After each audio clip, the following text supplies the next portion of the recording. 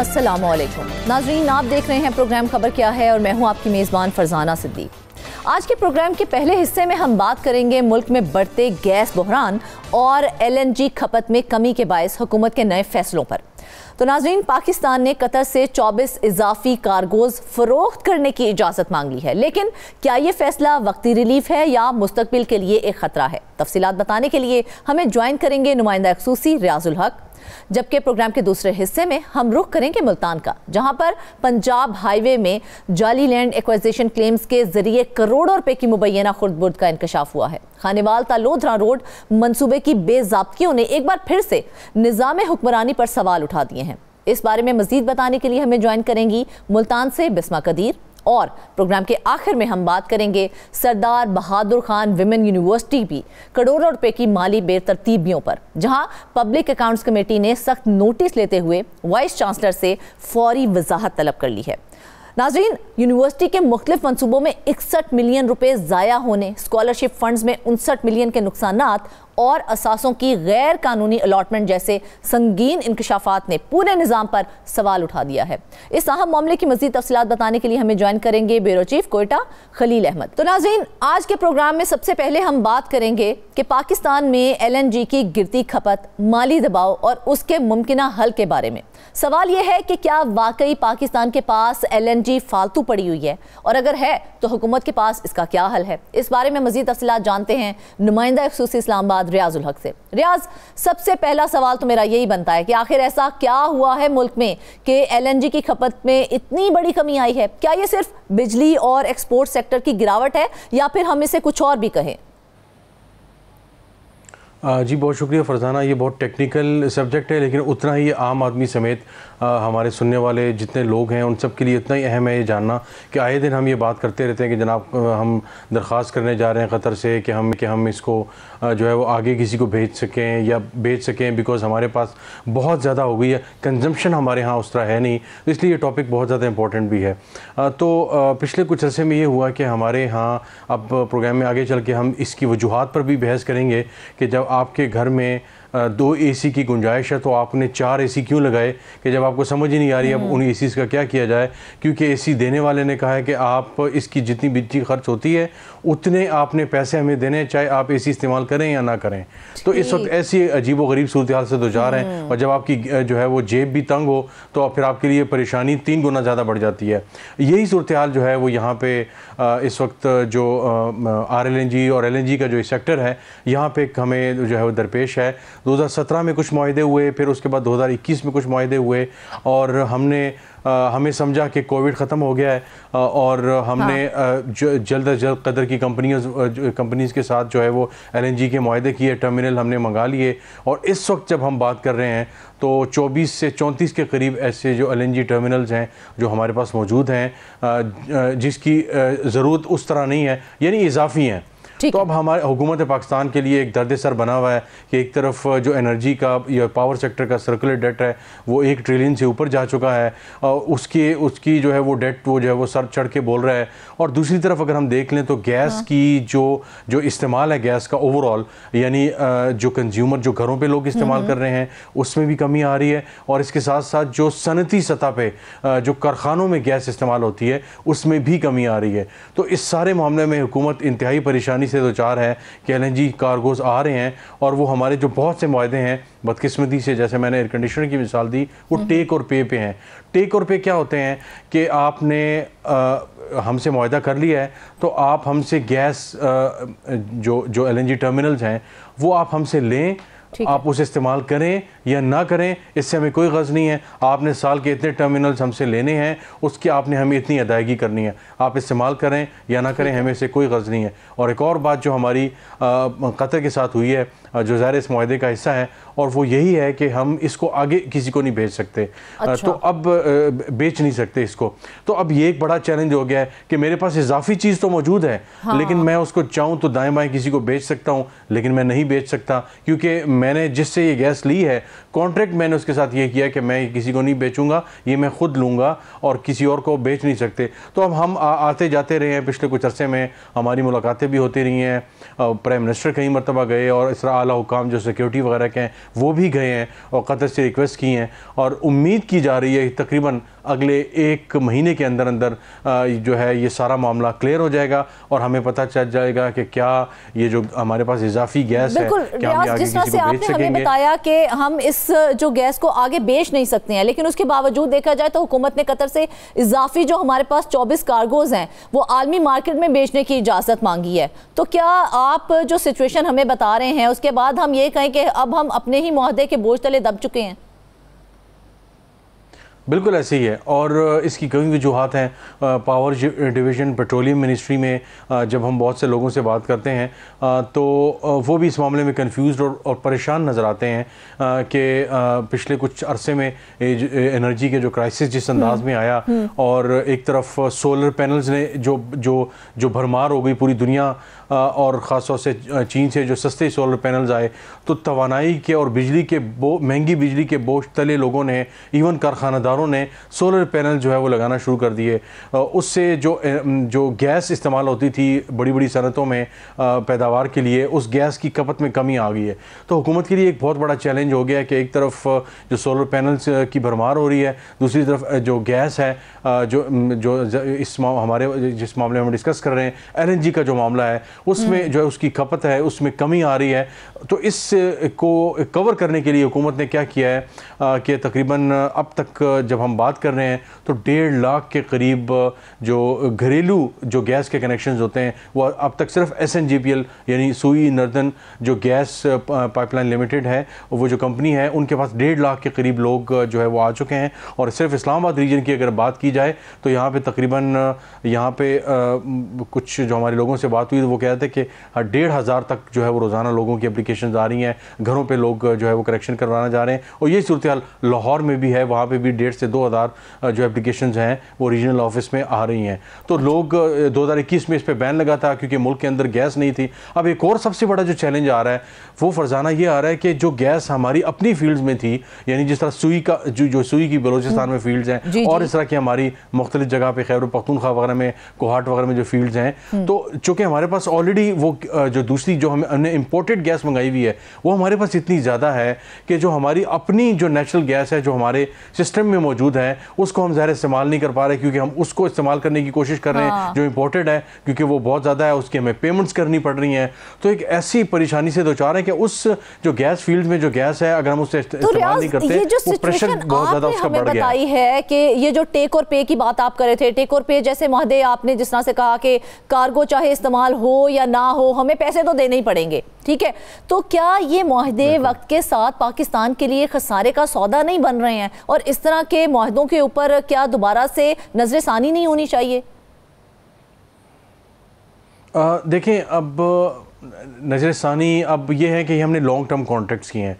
अब हर महीने हमें तकरीबन 9 कार्गोज जो हैं वो कतर से आते हैं, हर महीने 9 कार्गोज हमें कतर से मिलते हैं, ठीक है। तो अब वो जो आ रहे हैं, जैसे मैं अभी बात कर ही रहा था कि जो हमारे अपनी गैस है जो बहुत ज़्यादा नहीं है, लेकिन हमारी जो अपनी पाकिस्तान की जो गैस है उन फील्ड्स में कई जगहों पे हमने जो गैस की जो फील्ड्स थी उनको हमने बंद कर दिया है। और उसकी वजह यह है कि गैस के जो पाइपलाइन थे उस पर शदीद प्रेशर आना शुरू हो गया है, और उसकी वजह से तकरीबन जो प्रेशर था 5.17 BCF तक पहुंच गया है। और इस ख़तरे को कम करने के लिए तकरीबन 270 से लेकर 400 MMCDF तक की जो गैस फील्ड्स हैं वो मुल्क में बंद कर दी गई हैं। अब अंदाज़ा लगाएं 270 से 400 के करीब जो MMCDF जो गैस पैदा करने वाली फील्ड्स जो थी उनको हमने बंद कर दिया है, क्योंकि हर माह सिर्फ कतर से जो 9 टर्मिनल्स आ रहे हैं उनको हमने कहाँ खपाना है। तो हमारे पास हमने मुआहदे लॉन्ग टर्म के कर लिए एक ज़माने में।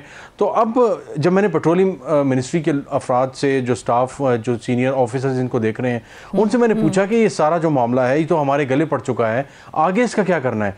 तो उन्होंने कहा कि जी ये तो ज़ाहिर एक बड़ा सेंसिटिव टॉपिक है कि हम इस वक्त क्या कर रहे हैं और कतर की हुकूमत के साथ हमारी बातचीत किस सतह की है।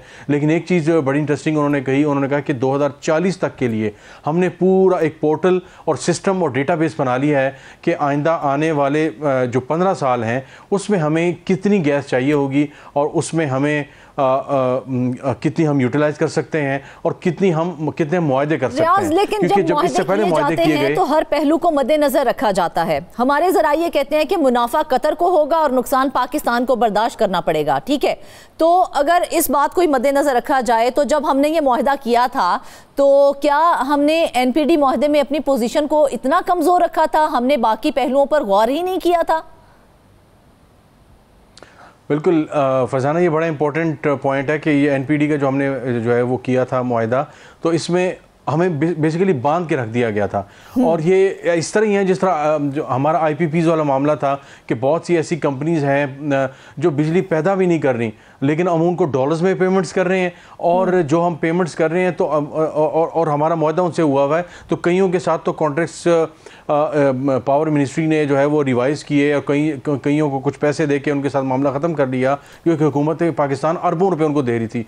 यहाँ भी कुछ कम मामला नहीं है उसी तरह का कि हम जब ये इतने लॉन्ग टर्म के मुआहदे कर रहे हैं और ये जो एनपीडी वाला मामला हुआ, तो इसमें ये है कि अगर पाकिस्तान के बाद गैस इजाफी हो जाती है और पाकिस्तान अगर आगे करना चाहता है तो उसको पहले एक तो कतर से इजाज़त लेनी होगी, पहले देखना होगा, और दूसरे जो इंटरेस्टिंग चीज़ है वो ये है कि अगर मैंने 20 रुपए में ली है स्पॉट, अगर मैंने ली है और अगर मैं 10 रुपए की ली है या 20 रुपए की ली है कतर से, और अगर मैंने बेची है दोबारा आगे 40 रुपए की, तो ऊपर जो 20 रुपए का मुनाफा होगा वो सारा कतर को जाएगा। मैंने वो 20 रुपए जो है वो हाँ जी, तो यहाँ पे हमें तो फिर बेचने का भी नुकसान ही है, फिर हम अपने पास ही रख लेते हैं, फिर हमने बेच के क्या करनी है। बिल्कुल, यहाँ पे ये बड़ी अफसोसनाक है। और मज़े की बात है कि अगर इंटरनेशनल मार्केट में प्राइस अगर लो है तो पाकिस्तान ने अगर 10 की ली है और पाकिस्तान 7 की बेचता है, तो वो जो 3 जेब से देने होंगे वो पाकिस्तान को देने होंगे। तो ये एक अजीबो-गरीब किस्म के मुआहदा हमने किए हैं कि यहाँ पे मतलब हंसी आती है कि यहाँ पे कहा था बड़े टेक्निकल से हैं इसके अंदर मामलात, यहाँ पे तो टेक्निकल के साथ क्रिटिकल भी होते जा रहे हैं। क्रिटिकल भी हैं और कुछ जगहों पे अफसोसनाक भी हैं कि शायद हमने मतलब कोविड ख़त्म हुआ और उसके बाद फिर 2-3 साल और भी बीच में आए, तो हमने इन मुआहदों को हमें रिवाइज़ करना चाहिए था, हमें संजीदगी से देखना चाहिए था कि भाई अगर प्रॉफिट है तो वो भी आपका, और अगर नुकसान पे इंटरनेशनल मार्केट में प्राइसेस अगर लो हैं और हमने महंगी चीज़ ली है तो 10 रुपए की ली जो अगर 7 की बेचते हैं तो वो 3 जो रुपए हैं वो हम जेब से जो है वो देंगे, उसकी अदायगी करेंगे, क्योंकि वो ज़ाहिर है हमने जब कतर को अदायगी करनी है तो हमने तो 10 की करनी है, क्योंकि हमने तो 10 का लिया था, वो 3 रुपए भी जेब से हम भरेंगे। तो अनफॉर्चुनेटली मेरा ख्याल है इन तमाम मुआहदों को ज़ाहिर रिवाइज़ करने की ज़रूरत भी है, लेकिन इसके साथ साथ प्लानिंग की भी ज़रूरत है। कि पाकिस्तान को ENI के साथ हर माह एक कार्गो आलमी मार्केट में बेचने की इजाजत मिली हुई है, ठीक है, तो क्या यही मॉडल कतर के साथ भी अपनाया जा सकता है? जो इस वक्त बातचीत हो रही है एग्जैक्टली यही हो रही है। जो इटालियन कंपनी है ENI, उनके साथ भी हमारी ये मुआहदा था कि उनके जो हमारे पास टर्मिनल्स हैं तो हम आगे अगर उनको बेचना चाहें तो हम बेच सकते हैं, और एग्जैक्टली यही मॉडल हमने इसी के लगभग किया, गो के वो डिफरेंट है और उसमें ज़्यादा हमें प्रॉफिट भी है ENI वाले मामले पे जो इटालियन कंपनी वाला है।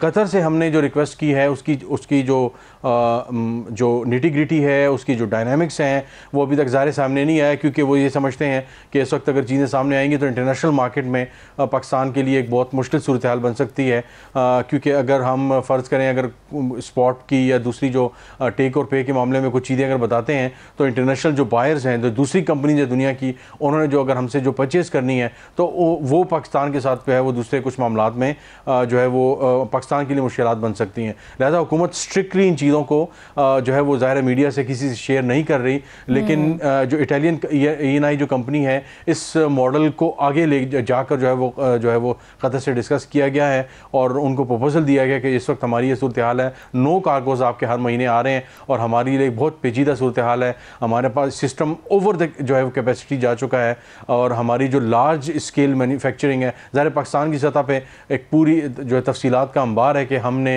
ये मुआहदे क्यों किए, किस वक्त पे किए, कैसे करने चाहिए थे और क्या हमें तवक्को थी कि जनाब हम इतना बड़ा अगर ये सिस्टम ले रहे हैं और हर महीने 9 टर्मिनल्स अगर हमारे पास आ रहे हैं तो क्या हमारे पास इसकी खपत का अभी निज़ाम मौजूद है या नहीं है, वो अनफॉर्चुनेटली मौजूद नहीं था। और हमें था कि जनाब जो इंडस्ट्री बूम कर रही है और ये हो गया और वो हो गया, तो बस जनाब ये तो बस गैस पे गैस इस्तेमाल होगी और जो है वो बेहतरीन काम हो जाएगा। लेकिन पिछले कुछ अर्से में देखा कि मुआहदे करते वक्त कम से कम अपने भी फायदे का सोच लेना चाहिए था। यहाँ पर तो ऐसा लगता है सिर्फ अपने नुकसान के बारे में ही सोचा था और मुआहदा कर लिया गया था। खैर एनी हाउ, रियाज अभी आपने हमें बताया कि पाइपलाइन में जो है गैस का प्रेशर बहुत ज़्यादा हो चुका है कि 5.17 BCF तक पहुँच चुका है। ये तो बड़े ही खतरे की बात है, ये तो खतरे की घंटी बजा रहा है। तो आखिर इतनी ज़्यादा गैस कहाँ इस्तेमाल हो रही है, और या फिर हम ये कहें कि हो भी रही है या नहीं हो रही है?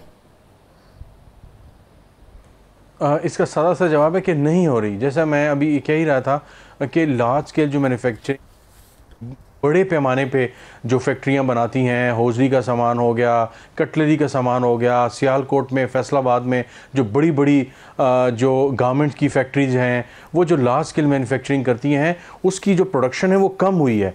और मतलब पिछले कम से कम 2-3-4 साल में उससे नुकसान ये हुआ कि जो गैस की खपत थी, जो सालाना जो गैस की खपत थी, वो मुसलसल जो है वो कमी का शिकार है। और इसीलिए कहा जा रहा है कि पाकिस्तान को ना सिर्फ लार्ज स्केल मैन्युफैक्चरिंग लेवल पे इंडस्ट्रियल एक पॉलिसी पाकिस्तान के पास होनी चाहिए, बल्कि इसके साथ साथ क्योंकि हमारी इंडस्ट्रियल जो पॉलिसी है वो बहुत ही फ्रेजाइल और बड़ी कंफ्यूज किस्म की है, तो हमें एक नई इंडस्ट्रियल पॉलिसी की ज़रूरत है, जहाँ पे हम देख रहे हैं कि हालिया अरसे में आपने खुद देखा होगा कि बड़ी बड़ी जो मल्टीनेशनल कंपनीज हैं वो पाकिस्तान छोड़कर जा रही हैं। तो आप आसानी से कह सकते हैं जी इंटरनेशनली मॉडल चेंज हो रहे हैं। हमने देखा कि जिलेट जो है वो पाकिस्तान से गया, फिर इस तरह की कंपनीज हैं वो पाकिस्तान से जा रही हैं। तो जब पाकिस्तान से वो जाती हैं तो पाकिस्तान में सिर्फ डिस्ट्रीब्यूशन का जब वो काम करेंगी तो फिर वो क्या होगा कि वो दाएं बाएं से पड़ोसी ममालिक से, बांग्लादेश से या और जो मलेशिया वगैरह से हमारे पास जो है ये सामान पहुंचेगा, पाकिस्तान में तैयार नहीं होगा।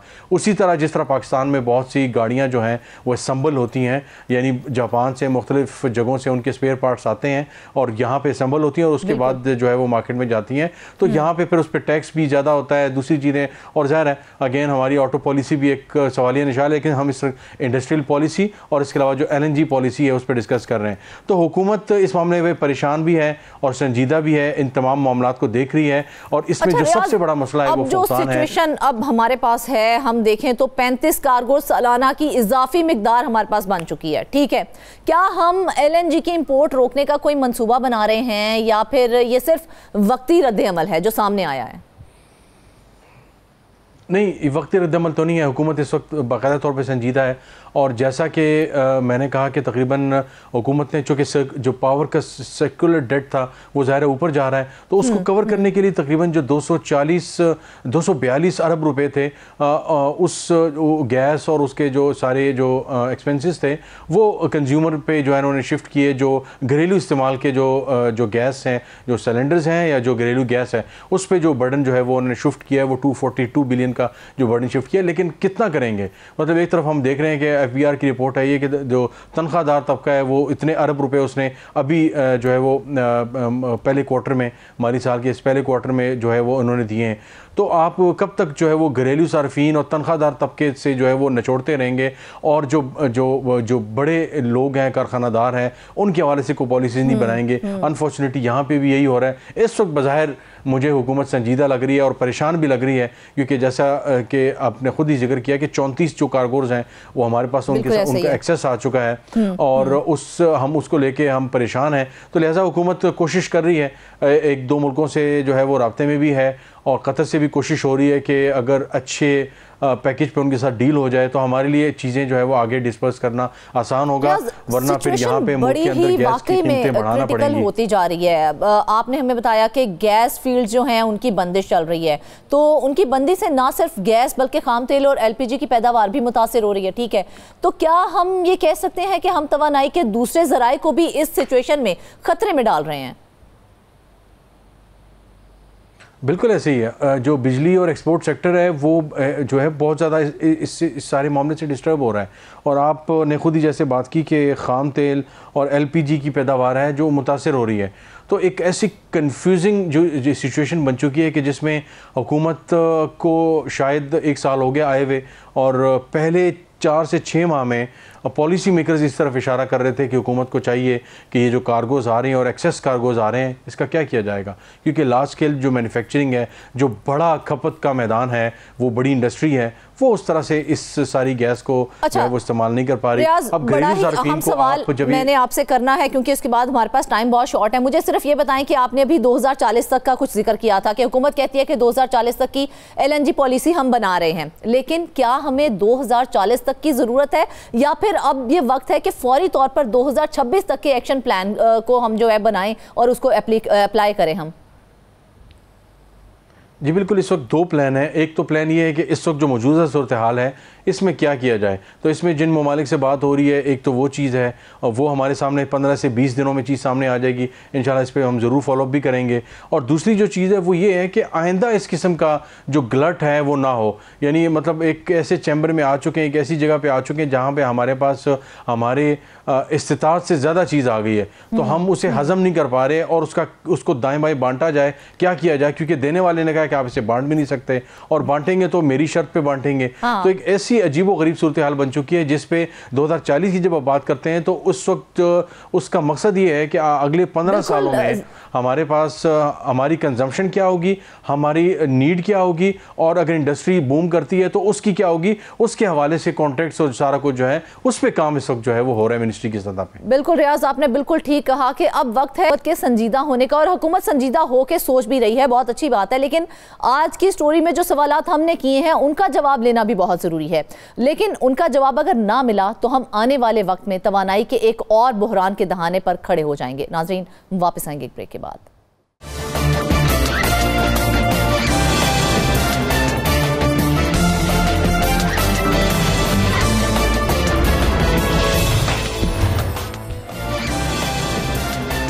वेलकम बैक नाजरीन, हम बात करेंगे अब मुल्तान, खानेवाल और लोधरा में हाईवे स्कीम के नाम पर होने वाली मुबैना करोड़ों रुपए की करप्शन पर। जाली लैंड क्लेम्स, गायब वाउचर्स और जमीनों के ऐसे दावेदार जिनकी जमीन ही मौजूद नहीं।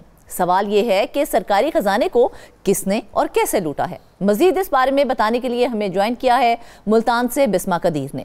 बिस्मा, सबसे पहला और बुनियादी सवाल तो यही बनता है कि लैंड एक्विजिशन कलेक्टर ने उन अफराद को करोड़ों रुपए की अदायगियां किस बुनियाद पर कर दी जिनके पास ना जमीन और ना ही कागजात थे? जी बिल्कुल, देखिए Punjab highway land acquisition department की अगर हम बात करें तो सबसे पहले अदायगियां क्यों की गई हैं और किस लिए की गई हैं, इसके लिए एक बाकायदा तौर पे सर्वे किया जाता है, वेरिफिकेशन होती है, मालकियती दस्तावेजात देखे जाते हैं, फिर ही जाके ये अदायगियां की जाती हैं। लेकिन इस सारे मामले में अगर हम देखें तो बगैर अदायगियों, बगैर किसी दस्तावेजात के, सर्वे के, वेरिफिकेशन के, या तो जाली दस्तावेजात बनाए गए हैं और रकम वसूली की गई है। और रकम की अगर हम बात करें, जो बोगस अदायगियां की गई हैं वो थी 41.36 मिलियन, जो कि तकरीबन 4 करोड़ और 13 लाख रुपए बनते हैं। ये अदायगी की गई और ये मामला है खानेवाल और लोधरा का। अब खानेवाल की अगर हम बात करें तो खानेवाल में 31.195 मिलियन की अदायगी की गई, जबकि लोधरा में 10.117 की अदायगियां, बोगस अदायगियां की गई हैं, जिससे कौमी खजाने को बड़ा खसारा पहुंचा है, बड़ा नुकसान हुआ है। और ये अदायगियां या तो जाली दस्तावेजात बनाई गई हैं, या तो अगर दस्तावेजात पहले बनाई गई हैं और बाद में जो है वो जो वेरिफिकेशन के आपके लेटर्स हैं, सारी तहकीकात हैं, वो छुपा दी गई हैं। ठीक है। अच्छा बिस्मा, जब रेवेन्यू डिपार्टमेंट खुद ये बात कह रहा है कि दावेदारों की इस सड़क पर कोई ज़मीन नहीं थी, तो फिर ये क्लेम्स मंजूर किसने किए हैं? सोचने वाली बात तो ये है, और उस पर दस्तखत आखिर किसने कर दिए हैं? देखिए, मंजूरी का जो अमल है रस्मी तौर पर वही पूरा नहीं हुआ। पहली बात यह है कि लैंड एक्विजिशन डिपार्टमेंट जो भी ज़मीन होती है, अगर हम बात करें मुल्तान की, तो मुल्तान में जब मेट्रो बस सर्विस बनाई गई, उसके इर्द गिर्द जितनी भी ज़मीन थी, किसी के घर थे, किसी की दुकानें थी, वो जब ली गई और उसका एक प्रॉपर प्रोसेस होता है, आपकी वेरिफिकेशन की जाती है, ये जगह किसके नाम है, सर्वे टीम्स जाती हैं वहां पर, वो पूरा प्रॉपर कार्रवाई करते हैं उसका और फिर देखते हैं, फिर ही जाकर हुकूमत जो है वो उनको पैसे देती है और वो पैसे जो हैं वो इस हिसाब से देती है जितना कानून तकाजा करता है, जो मार्केट वैल्यू होती है। हाँ। अब इस केस में क्या किया गया है कि ऐसी जमीनें जो जमीन मौजूद ही नहीं है, वो जमीन पूरी दस्तावेजाती कार्रवाई में सारी अमल दरामद किया गया है, उसके लिए पैसे रकम वसूली की गई है। और फोरेंसिक ऑडिट में अगर हम देखें तो इसमें फोरेंसिक ऑडिट वाज़ह तौर पर कह रहा है कि वाउचर्स, वेंडर फॉर्म्स और तस्दीकी रिपोर्ट्स मौजूद नहीं थी, इसलिए रसीदें और तस्दीकें जाली या मनगढ़ंत हैं। तो बिस्मा, जिस तरह से आप कह रही हैं कि ऑडिट रिपोर्ट वाज़े तौर पर ये कह रही है कि ना तस्दीकी रिपोर्ट्स थी, ना वाउचर्स थे, ना वेंडर फॉर्म्स थे, तो आखिर सरकारी खजाने से अदायगियां हो कैसे गई? मतलब इतनी बड़ी अंधेर नगरी। ये तो कुछ नहीं है अभी अंधेर नगरी। अगर अंधेर नगरी की बात करें तो अभी जो गुज़िश्ता साल में ये बात देखने में आई थी कि जितनी भी सड़कें बनाई जा रही हैं, शाहराहें बनाई जा रही हैं या कोई हुकूमती प्रोजेक्ट स्टार्ट हो रहा है तो उसमें बहुत ज़्यादा करप्शन की जा रही है। तो यही शिकायत जब वसूल हुई तो इसका ऑडिट किया गया और जब ऑडिट किया गया तो ये इतनी ज़्यादा अमाउंट में कौमी ख़जाने को नुकसान पहुँचा है। और अब अगर हम देखें तो ये कितने महीने गुजर गए हैं, साल होने वाला है, अभी तक इसके ऊपर कोई कार्रवाई ही नहीं की गई। क्या वजह है, क्यों कार्रवाई नहीं लाई गई? क्योंकि इतना बड़ा आखिर ये मुज़ाहरा खेज किस्म का उन्होंने हमें मौक़िफ़ दे रहे हैं कि जहां पर ना ज़मीन मौजूद है लेकिन क्लेम्स भी किए जा रहे हैं। देखिए असल माजरा तो यही है कि अगर हम बात करें ना लैंड एक्विजिशन डिपार्टमेंट की, ये कोई एक या दो बंदों का काम नहीं है, ठीक है।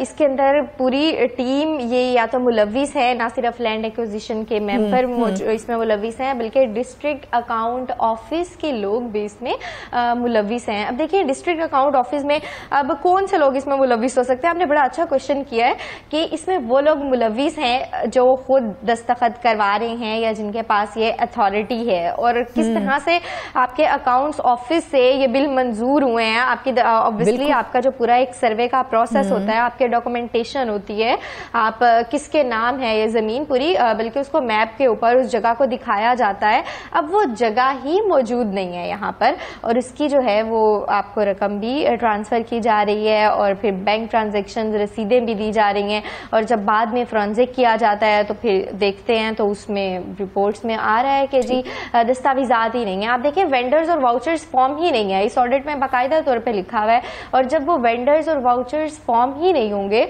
तो आगे जो है इसको इम्प्लीमेंट करने में मुश्किल होगा। अच्छा बिस्मा, जैसे आपने ये भी जिक्र किया है कि खानेवाल ता लोधरा रोड स्कीम में 41 मिलियन रुपए की मुबैना खुर्द-बुर्द की गई है, तो इस तरह की तो और स्कीम्स भी होंगी, तो क्या ये सिर्फ एक स्कीम का मामला है या और मंसूबों में भी ऐसा ही हो रहा है, इसी तरह से खुर्द-बुर्द की जा रही है?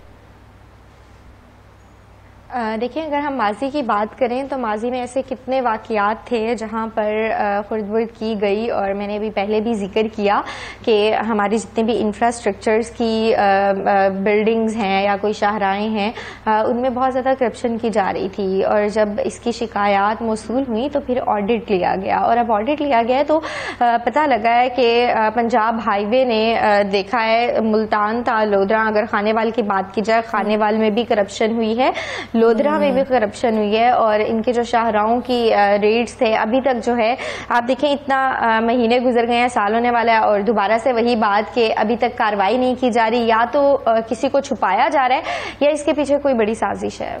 क्या इनके कोई अदादो शुमार आपके पास हैं बिस्मा? खानेवाल में कितनी करप्शन की गई है, लोधरा में कितनी करप्शन सामने आई है?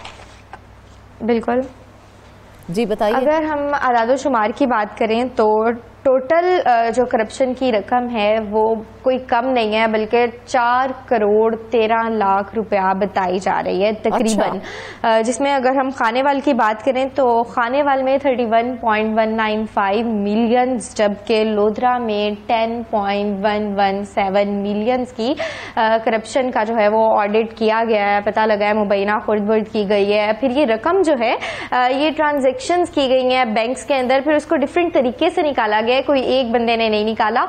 अब जब ऑडिट किया गया है तो ऑडिट में वाज़ह तौर पर आ रहा है कि इसके लिए हमारे पास वाउचर्स नहीं है, हमारे पास वेंडर्स की, आप देखिए जब कोई ज़मीन ली जाती है तो फिर उसके दस्तखत होते हैं, उसकी दस्तावेजात ली जाती हैं। अब जब दस्तावेजात नहीं होंगी, हमारे पास मजीद डॉक्यूमेंटेशन नहीं होगी, मजीद कार्रवाई नहीं हो सकती। अब एंटी करप्शन और नैब जो है वो इसको मजीद आगे देखेगी, क्योंकि ऑडिट रिपोर्ट में वाज़ा तौर पर ये लिखा है कि उन्होंने मजीद जो है ये आगे रेफर कर दिया है। अब नैब और एंटी करप्शन जो है वो इस मामले को देखेगी। और बिल्कुल बिस्मा, देखा जाए तो कदम कदम के ऊपर हमसे डॉक्यूमेंट्स मांगे जाते हैं, कहीं भी चले जाएं, और इतना बड़ा मामला हो गया, जमीनों को फरोख्त कर दिया गया, कहा गया कि हमारे पास जो है ये जमीनें हमारी थी, जबकि वो जमीनें भी मौजूद नहीं थी। तो किसी ने कहीं भी किसी भी जगह के ऊपर किसी किस्म के डॉक्यूमेंट्स नहीं मांगे। देखिए वही बात कि इसमें कोई एक शख्स मुलविस नहीं होगा। आप देखें, आपके पास डॉक्यूमेंटेशन के लिए पूरी एक टीम बनाई जाती है, आपका सर्वे किया जाता है, वेरिफिकेशन की जाती है। आप कहीं भी जाएं, आप कोई ज़मीन खरीद रहे हैं और कुछ भी कर रहे हैं तो वो आपसे पूरा आपका डॉक्यूमेंटेशन लेगा। अब यहाँ पर ना दो मामला हो सकते हैं। एक मामला या तो ये हुआ है कि जाली दस्तावेजात बना ली गई हैं, वेरिफिकेशन के सारे प्रोसेस किए गए हैं और जब ऑडिट किया गया है तो वो दस्तावेजात छुपा दी गई हैं, या फिर दस्तावेजात बनाई ही नहीं गई और जाली दस्तावेजात बनाई गई हैं। या लेकिन बिस्मा, जब जमीन ही मौजूद नहीं थी तो दस्तावेजात कैसे छुपाए जा सकते हैं और दस्तावेजात कैसे होंगे फिर? जी, मेन पॉइंट तो यही है ना कि वो कह रहे हैं कि वहां पर जमीन ही मौजूद नहीं है। ऑडिट रिपोर्ट के मुताबिक बताया जा रहा है कि वो जमीन वहां मौजूद ही नहीं है, और अगर जमीन मौजूद भी है तो वो वहां पर शो ऑफ नहीं हो रही या वो उसके अंदर आ ही नहीं रही ना। तो अब उसके दस्तावेजात ही नहीं है, जाली डॉक्यूमेंट्स। इसका मतलब है कि जो हमारा डिस्ट्रिक्ट है या फिर हमारी लैंड एक्विजिशन डिपार्टमेंट है, वो टीम्स, वो मेंबर्स मौजूद हैं जिन्होंने ये सारी कार्रवाई की गई है, और फिर आपको रकम की मंजूरी भी की गई है और रकम दी भी गई है ना। बिल्कुल। तो जब हमारी ट्रांजैक्शंस आई गई हैं तो उनके अंदर तो सब कुछ आ रहा है, लेकिन वो कह रहे हैं कि जी अब दस्तावेजात जो हैं वो मिल नहीं रही हैं, या उन्होंने गुम कर दी गई हैं, या ठीक है बिस्मा, जिस तरह से आपने हमें बताया है कि खानीवाल में अगर बात की जाए तो 31.20 मिलियन रुपए और लोधरा में 10.70 मिलियन रुपए। सोचने वाली बात यह है कि आखिर इन जाली क्लेम्स का मास्टरमाइंड कौन है? क्या किसी को यहाँ पर बचाया जा रहा है? देखिए, अब ये तो जब तहकीकात की जाएंगी और तभी पता लगेगा कि मास्टरमाइंड कौन है, क्योंकि ऑडिट रिपोर्ट में भी यही आया गया है कि अभी तक कोई भी मास्टरमाइंड नहीं पकड़ा गया, क्योंकि किसी एक बंदे का काम नहीं है ये। इसमें लैंड एक्विजिशन डिपार्टमेंट के मेंबर्स भी मौजूद हैं और हमारे पास दूसरी जो सेक्टर्स हैं, क्योंकि एक अमला जो है ना वो इस सब को नहीं देखता। हमारे पास यहाँ पर हेल्थ ऑफिसर जो हमारे पास डिस्ट्रिक्ट के लोग हैं, DOF के लोग हैं, वो भी इसमें मुलविस हैं, क्योंकि रकम जो है वो वहां से ही मौसूल की गई है, दस्तखत किए गए हैं, जाली डॉक्यूमेंटेशंस बनाए गए हैं और इसमें वो लोग मौजूद हैं, मुलविस हैं, और इसमें पटवारी भी कहीं ना कहीं पर फंस सकता है। और जब ये मजीद तहकीकात की जाएंगी तो तभी पता लगेगा कि इसका मास्टरमाइंड कौन है। अच्छा बिस्मा, जो सिचुएशन आपने अभी हमें बताई है और जिस तरह से आपने हमें डिटेल्स शेयर की हैं, उसके हिसाब से अगर देखा जाए तो मालिकाना हकूक़ की तस्दीक के बगैर ही अदायगियाँ की गई हैं। अव्वल तो ये अदायगियाँ की क्यों गई हैं, और अगर की गई हैं तो क्या पटवारी, तहसीलदार या लैंड रिकॉर्ड के अफसरान भी इसमें मुलविस हैं? फिर तो हम यही कह सकते हैं। जी बिल्कुल, इसमें लाजमी बात है कि मुलविस हैं। वही बात कि ये इतनी बड़ी रकम है, अकेले बंदे का काम नहीं है और अकेला बंदा ये काम नहीं कर सकता। ऑब्वियसली इसमें डिपार्टमेंट्स के लोग मौजूद हैं और इतने महीने और साल गुजरने के बाद तकरीबन साल होने वाला है, लेकिन अभी तक मान लिया, ये बात भी मान ली। ऑडिट रिपोर्ट में अब देखा जाए ये स्कैंडल सामने आ चुका है, तो अब तक उन अफसरान के खिलाफ क्या कोई कार्रवाई हुई है? क्या किसी को मुअत्तल या गिरफ्तार किया गया है, या ये मामला फाइलों में दफन हो चुका है? अच्छा, गुज़िश्ता अगर बात की जाए तो कुछ केसेस में कार्रवाई की गई है, हिरासत में भी लिया गया है, लेकिन इस मामले में अभी तक कोई कार्रवाई नहीं की गई, क्योंकि ऑडिट रिपोर्ट में वाज़ा तौर पर यह बात बयान की गई है कि जो डॉक्यूमेंटेशंस हैं, वेंडर्स हैं, वाउचर्स के फॉर्म्स हैं, वो ही मौजूद नहीं है। तो अगर वो मौजूद नहीं है तो ये बड़े एक प्लान के साथ सारी कार्रवाई की गई है। वो वाउचर्स मौजूद नहीं है, अगर वो मौजूद नहीं है तो मतलब कि ये कोई मनगढ़ंत कहानी है, लेकिन करप्शन तो हुई है और बैंक बैंक वाचर्स ट्रांजैक्शंस आ रही हैं, अब नैब कार्रवाई करेगी तो फिर इसमें आपका पटवारी भी मुलविस होगा और वो भी पकड़ा जाएगा, तो फिर सारी पूछताछ की जाएगी। बिल्कुल ऐसे ही है, करप्शन तो हुई है, बहुत बड़े पैमाने पर हुई है। नाज़रीन, हमने आपके सामने वो हक़ाइक़ रखे हैं जिन्हें छुपाया जा रहा था, और ये कोई मामूली मामला नहीं है। बात हो रही है अवाम के करोड़ों रुपए की जाली जमीनों के क्लेम्स की, लेकिन सवाल अब भी वही है, क्या वाकई जिम्मेदारों का एहतसाब होगा या नहीं? यही सवाल हम कल भी करेंगे, और जब तक जवाब ना मिले हम ये सवाल करते रहेंगे। वापस आएंगे एक ब्रेक के बाद।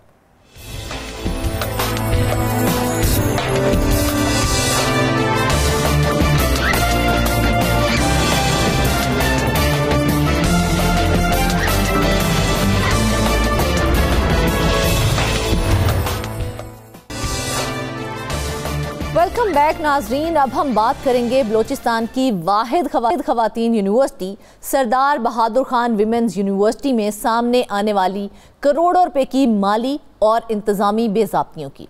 ना वहाँ पर सिस्टम्स फाल हैं, ना स्कॉलरशिप्स का हिसाब है, ना असासों का रिकॉर्ड है, और ना ही गरीब तालिबात के मुस्तकबिल की परवाह है। पब्लिक अकाउंट्स कमेटी की रिपोर्ट्स चीख कर ये बता रही हैं कि करोड़ों रुपए ज़ाया हो चुके हैं, जिम्मेदारों का तयन नहीं हो रहा है, और हज़ारों तालिबात की तालीम अब खतरे में है। इस सारे मामले पर बात करने के लिए हमें ज्वाइन किया ब्यूरो चीफ कोयटा खलील अहमद ने। खलील, सबसे पहला सवाल मेरा आपसे यही है कि बलोचिस्तान जैसे हसास और पसमानदा सूबे में खवातीन की वाहिद यूनिवर्सिटी में अरबों की बेज़ाब्तियां, आखिर इसका हिसाब कौन देगा? जी हाँ, बिल्कुल आप सही कह रही हैं कि बलूचिस्तान में तो यूँ तो हर शोबा ज़बूं आली का शिकार है, लेकिन अब हम बात करें बलूचिस्तान में 11 यूनिवर्सिटियों की, तो वो बदतरीन माली बहरान से जो है वो दो चार हैं, और 3-3 माह से इनके मुलाजमीन को तनख्वाह नहीं मिली, और जबकि बलूचिस्तान यूनिवर्सिटी के कोई 100 से ज़ायद प्रोफेसर और मुलाजमीन हैं जिनको रिटायर हुए 1 साल हो गया, लेकिन उनके बकायाजात अभी तक अदा नहीं किए गए। और सबसे ज़्यादा जब हम बात करते हैं SBK के साथ सरदार बहादुर खान वुमेन यूनिवर्सिटी, तो इसमें तो करप्शन के तमाम रिकॉर्ड टूट गए। आप यकीन करें कि बलूचिस्तान वैसे ही एक हसास सूबा है जैसे आपने कहा, और यहाँ पे वालिदैन स्कूल्स के बाद क्योंकि यूनिवर्सिटियों में अपनी बच्चियों को नहीं भेजते थे, इस वजह से जो ख़वातीन में जो तालीम का रेशो था वो बहुत कम था। लेकिन यह है कि सदर मुशर्रफ के दौर में सरदार बहादुर खान यूनिवर्सिटी जो बनी, और उसके बाद हज़ारों की तादाद में यहाँ जो है तालबात ने दाखिला लिया मुख्तलिफ उसमें, और इसको कायम किया। शुरू में तो ये बिल्कुल ठीक ठाक चल रही थी, लेकिन जैसे जैसे वक्त गुजरता गया तो इसका बुरा हाल हो गया। कोई मयार नहीं है इसमें तालीम का, और आप अंदाज़ा कीजिए कि आज जो हमारी पब्लिक अकाउंट्स कमेटी है उसको भी कोई जवाब देने को तैयार नहीं है। मई में एक इजलास हुआ था जिसमें कुछ मंसूबे थे, और इनको 15 दिन का टाइम दिया गया था कि यह आपने कंप्लीट करने हैं, लेकिन आप अंदाज़ा करें कि 5 महीने गुजर गए, अभी तक उन पर कोई काम शुरू ही नहीं हुआ। और मुख्तलिफ मदात में जो है वो करोड़ों रुपए की करप्शन हुई है, जिसमें खुसूसन जो सबसे बड़ी बात है कि HSC का एक प्रोजेक्ट था जिसके तहत जो है जो असिस्टेंट प्रोफेसर और लेक्चरार थे उनको मुल्क से बाहर भेजा गया था PhD के लिए, लेकिन उसमें से 80% वापस ही नहीं आए और वो वहाँ स्लिप हो गए। और एक और इंतहाई अहम बात आप देखें कि 3 ऐसे लोग जो के नाम यूनिवर्सिटी के मुलाजमीन थे, ना ही वो प्रोफेसर थे, ना ही वो लेक्चरार थे, उनको भी जो है बाहर इस प्रोजेक्ट के तहत भेज दिया गया, और वो भी वहाँ से फरार हो गए, जिससे जो है बहुत बलूचिस्तान की बदनामी हुई। और उसमें तकरीबन 59 मिलियंस का जो है वो कौमी ख़जाने को नुकसान पहुँचा, जो कि उन लोगों पे खर्च किए गए थे। और जब यूनिवर्सिटी हुकाम से इस बारे में पूछा गया कि आपने क्या कार्रवाई की, क्या रिकवरी की है उनके खिलाफ, तो उनका ये कहना था कि जी ये HSC का एक प्रोजेक्ट था जो बंद हो गया, लिहाजा अब इस पर बात करना फजूल है, और हम कहाँ उन मुल्कों में जा सकते हैं, उनसे राब्ता कर सकते हैं कि उनको वापस लाएं। अच्छा, तो ये सूरत हाल है। यूनिवर्सिटी में तो तहाशा बेज़ाब्तियां की गई हैं, वो एक अलग मामला है। अगर हम अभी यूनिवर्सिटी के हवाले से ही बात करें तो हमारे ज़रा ये कहते हैं कि यूनिवर्सिटी ने 61 मिलियन रुपए के ERP, CMS और ओरेकल सिस्टम्स पर खर्च किए हैं, मगर ये सिस्टम्स देखा जाए तो आज तक फाल नहीं हो सके हैं। आपने 5 महीने का जिक्र किया कि 5 महीने बाद भी अगर देखा जाए तो PAC के अहकामात पर अमल ही नहीं हुआ है, तो क्यों अमल नहीं किया जा रहा है इसके ऊपर? जी हाँ, बिल्कुल। ये बलूचिस्तान की वाहिद वुमेन यूनिवर्सिटी है और इसके वाइस चांसलर के लिए इतनी बड़ी बड़ी सिफारिशें आती हैं कि मैं आपको बता नहीं सकता। अच्छा। और फिर मतलब जूनियर तरीन लोगों को वाइस चांसलर लगा दिया जाता है। फिर जब वो करप्शन करती हैं तो क्योंकि उनके पीछे 62 लोग होते हैं तो उनके खिलाफ कोई कार्रवाई नहीं होती। इसमें इतना ज़्यादा करप्शन हुआ है बलूचिस्तान वुमेन यूनिवर्सिटी में कि जिसमें डेवलपमेंट प्रोजेक्ट्स सारे के सारे नामुकम्मल हैं। और और खुसूसन जिस आपने 3 शोबों की बात की, ये सेमेस्टर अभी मतलब 2017 से 19 तक जो है ना इनको फाल होना था, लेकिन ये 2025 आ गया है और ये 60 मिलियन जो है ये ज़ाया हो गया। और अगर दोबारा इनको फाल करना है तो मज़ीद 6 मिलियन इस पर खर्च करना पड़ेंगे। और वो भी ये होता है कि नहीं होता, लेकिन इसका भी कोई जवाब नहीं है। बहुत ही यूनिवर्सिटी की जो इंतज़ामी सूरत हाल है इंतहाई ख़राब है। कोई जवाबदेह नहीं है। हर जो एक दूसरे पे जो है वो ब्लेम लगाते हैं कि ये इसका है और ये पिछले वाले ने किया और आने वाला भी कुछ नहीं करता। तालबात का जो है वो काफ़ी जो सेमेस्टर्स हैं वो नामुकम्मल हैं और बहुत से शोबे जो है वो मुकम्मल तौर पे फाल नहीं। अब आप अंदाज़ा लगाएं कि 3 कैंपस हैं इसके, जिसमें खुशदार, नोशकी और पशीन के जो है ये बनाए गए हैं। और जिसमें पशीन में 400 हैं, नोशकी में 700 तालबात हैं और खुशदार में 800 तालबात हैं।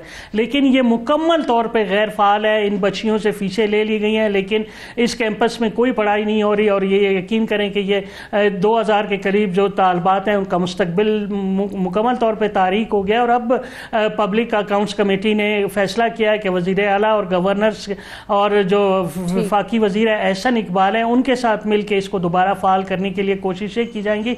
लेकिन सूरत हाल जो है वो इंतहाई ख़राब है। किया जाएगा जब इतनी बेज़ाब्तियां सामने आएंगी? खलील, आपने जिक्र किया कि वज़ाइफ पर ऐसे अफराद को बैरून मुल्क भेजा गया जो यूनिवर्सिटी के मुलाजिम ही नहीं थे और वो वज़ाइफ भी थोड़े नहीं थे, तकरीबन 59 मिलियन रुपए के वज़ाइफ थे वो। लेकिन सवाल ये है कि ये जाली स्कॉलरशिप्स आखिर किसने मंजूर की थी और किससे मंजूरी ली गई थी? क्या जिम्मेदार सिर्फ HEC है या यूनिवर्सिटी इंतजामिया भी इसके अंदर बराबर की शरीक है? बिल्कुल, इसमें यूनिवर्सिटी इंतज़ामिया जो है वो बराबर की शरीक है, क्योंकि जो नाम थे या जो सिलेक्शन था उस्तादों का, जो लेक्चरार्स का या असिस्टेंट प्रोफेसर का, तो वो नाम तो यूनिवर्सिटी इंतज़ामिया ने दिए थे। उन्होंने जो है मेरिट पे लिस्ट बनाई थी और उसमें उस वक्त के जो वाइस चांसलर थे या और दीगर बड़े कर्ता धर्ता थे उन्होंने 3 अपने रिश्तेदारों के नाम भी उसमें डाल दिया, जो कि ना ही लेक्चरार हैं, ना ही असिस्टेंट प्रोफेसर है और ना ही वो मुलाजमीन में शामिल है। और वो तीनों जो है वो चले गए बैरून मुल्क वहाँ पढ़ने के लिए, और पढ़ा तो नहीं, वहाँ वो स्लिप हो गए, तो जिसकी वजह से जो है बहुत बदनामी। और बलूचिस्तान के लिए इन हरकतों की वजह से बलूचिस्तान के लिए HSC ने जो है ना ये प्रोजेक्ट बिल्कुल बंद कर दिया है। क्योंकि बलूचिस्तान में जब ये प्रोजेक्ट शुरू किया गया था तो तमाम यूनिवर्सिटियों से असातिज़ा गए थे और उसमें से 70-75% तमाम यूनिवर्सिटियों के जो असातिज़ा थे वो वापस नहीं आए। वो वहाँ पर उन्होंने पनाह ले ली और वहाँ वो स्लिप हो गए और जो उन्होंने वापस बलूचिस्तान में रिपोर्ट नहीं की, जिसकी वजह से बलूचिस्तान का एक बहुत बड़ा नुकसान हुआ कि HSC ने अब बलूचिस्तान में जो है ना इस तरह के प्रोजेक्ट देना बंद कर दिए हैं। अच्छा खलील, एक और भी चीज़ जो ज़राए के थ्रू हम तक पहुंची वो ये है कि यूनिवर्सिटी की जो जायदाद थी उसे बगैर टेंडर्स के, लीज मुआहदे या फिर सिक्योरिटी क्लियरेंस के यूं ही दे दिया गया। 11.571 मिलियन का नुकसान हुआ। सवाल लेकिन मेरा सिर्फ ये है कि ये असासे किसके कहने पर अपनों में यूं बंदर बांट किए गए हैं? जी हाँ, बिल्कुल। इसमें भी आप देखें कि बलूचिस्तान जो वुमेन यूनिवर्सिटी है उसके बड़े असासे हैं। उसकी जो मतलब उसके जो अहाते में स्टेशनरी की दुकानें हैं, उसमें कैंटीन है, उसके अलावा उसमें दीगर जो पिंक पॉइंट्स हैं जहाँ पे बच्चियों के लिए और खाने पीने की चीज़ें होती हैं। इसके अलावा दीगर और भी दुकानें हैं जो बाहर ये जो बैरूनी दीवार है उसके साथ भी बहुत ज़्यादा जो है कमर्शियल दुकानें, लेकिन किसी को कुछ पता नहीं है। क्योंकि मैं एक मुशाहिदा है मेरा, गुज़िश्ता 10-12 साल से मैं देख रहा हूँ कि यूनिवर्सिटी में जब भी कोई वाइस चांसलर आती है वो अपने तरीक़ों से काम करती हैं और फिर नीचे जो माफिया है उसने सब कुछ उनकी गलत ब्रीफिंग्स की वजह से जो है किसी को कुछ पता ही नहीं है कि हमारे कितने असासे हैं, कितनी दुकानें, कितना किराया आ रहा है, कौन वसूल कर रहा है। इसका कोई रिकॉर्ड ही नहीं है, पब्लिक अकाउंट्स कमेटी में पेश ही नहीं किया गया। इसके अलावा माजी में में जितनी भी ऑडिट्स हुए हैं उसमें अरबों रुपए के जो है वो दिखाए गए हैं फ्लॉज कि इसका कोई हिसाब ही नहीं मिल रहा कि ये पैसे कहाँ खर्च हुए हैं, किसने खर्च किए हैं, और कोई इसका जवाबदेह नहीं है। उस पर जो पैरा बनाए गए थे, पैराज, उसका भी कोई जवाब नहीं मिला। और फिर वही बात है कि बस मिठी पाव वाला हिसाब है, हर 2-3 साल बाद एक नई वाइस चांसलर आती है, फिर वो नए तरीके इस हवाले से इल्म ही नहीं होता जब उनसे पूछा जाता है कि भाई ये सारे मामलात हुए हैं और कैसे हुए हैं। देखें ना कि आप मेरिट पे तो कोई काम ही नहीं होता ना, मतलब आप जिसने बड़ी सिफारिश लगा ली वो फिर आ जाता है, फिर उनको कुछ पता नहीं होता, कोई इंतज़ामी तजर्बा नहीं होता, ना ही इसके लिए कोई इंटरव्यूज़। अब जाके जो है पिछले जब बहुत ज़्यादा बेज़ाब्तियाँ बढ़ गई और शिकायत आम हो गई और हर ज़ुबान पे जो है वो वुमेन यूनिवर्सिटी में जो करप्शन की कहानियाँ ज़दोआम थी, तो उसके बाद फिर जो है बाकायदा तौर पर इसका इश्तिहार दिया गया और फिर पूरे पाकिस्तान से इसमें जो है पार्टिसिपेंट्स ने हिस्सा लिया। और उसके बाद अब एक नई वाइस चांसलर आई हैं, वो अब काम कर रही हैं, लेकिन इतने बखेड़े हैं कि उनको समझ ही नहीं आता कि वो कहाँ से चीज़ों को सीधा करें।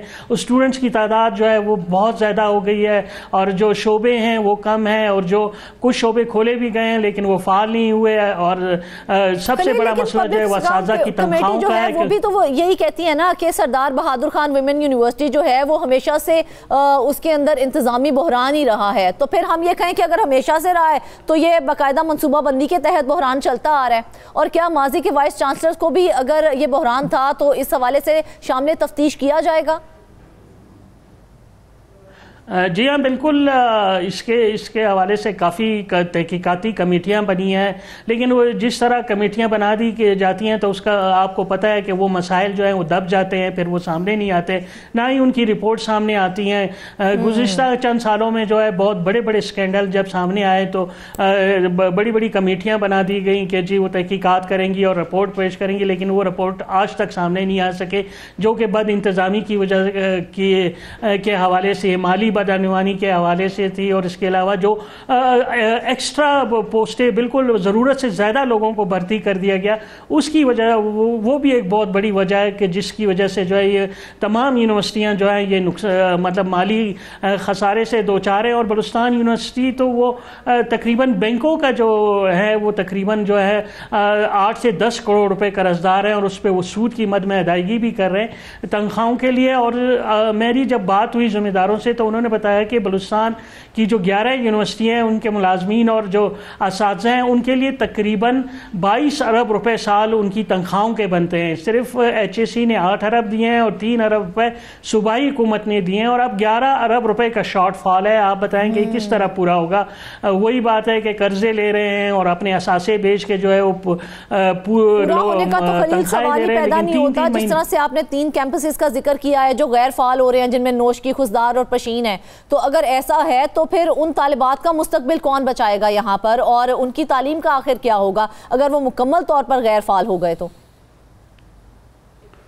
जी हाँ, बिल्कुल। वो जो हमारी इतलात हैं और जो पब्लिक अकाउंट्स कमेटी को जो ब्रीफिंग दी गई है उसमें बताया गया है वो गैर फाल आज से नहीं बल्कि 3-4 साल से वो गैर फाल हैं, और वहाँ पे अच्छी बड़ी तादाद में स्टूडेंट ने जो है वो दाखिला भी लिया, फीसें भी जमा कराई, लेकिन वो आज तक फाल नहीं हो सके। मतलब आप अंदाज़ा लगाएं कि हमारे हुक्मरान कितने संजीदा हैं कि वो ख़वातीन की जो तालीम के हवाले से जो है इस बात से उनकी संजीदगी का आप अंदाज़ा लगा लें कि 3-4 साल से जो है ये तमाम कैंपसेस गैर फाल हैं और स्टूडेंट्स बेचारी घरों में बैठी हुई हैं और फीसें अदा कर दी गई हैं, लेकिन अभी तक जो है वो उनकी पढ़ाई का सिलसिला शुरू नहीं हुआ। तो ये इंतहाई जो है सूरत हाल ख़राब है। इसके अलावा ना वुमेन यूनिवर्सिटी बल्कि मुल्क के जो हमारी दीगर यूनिवर्सिटीज़ के कैंपस हैं जिसमें ब्यूटन्स है या बलूचिस्तान यूनिवर्सिटी के यूनिवर्सिटी है, उनके भी यही हाल है। उनका भी कैंपसेस जो है सिर्फ कायम कर दिए गए हैं और जिससे कौमी ख़जाने को करोड़ों रुपए का नुकसान हुआ है, लेकिन वहाँ पे पढ़ाई का ना कोई म्यार है और अक्सर तो सारे गैर फाल हैं।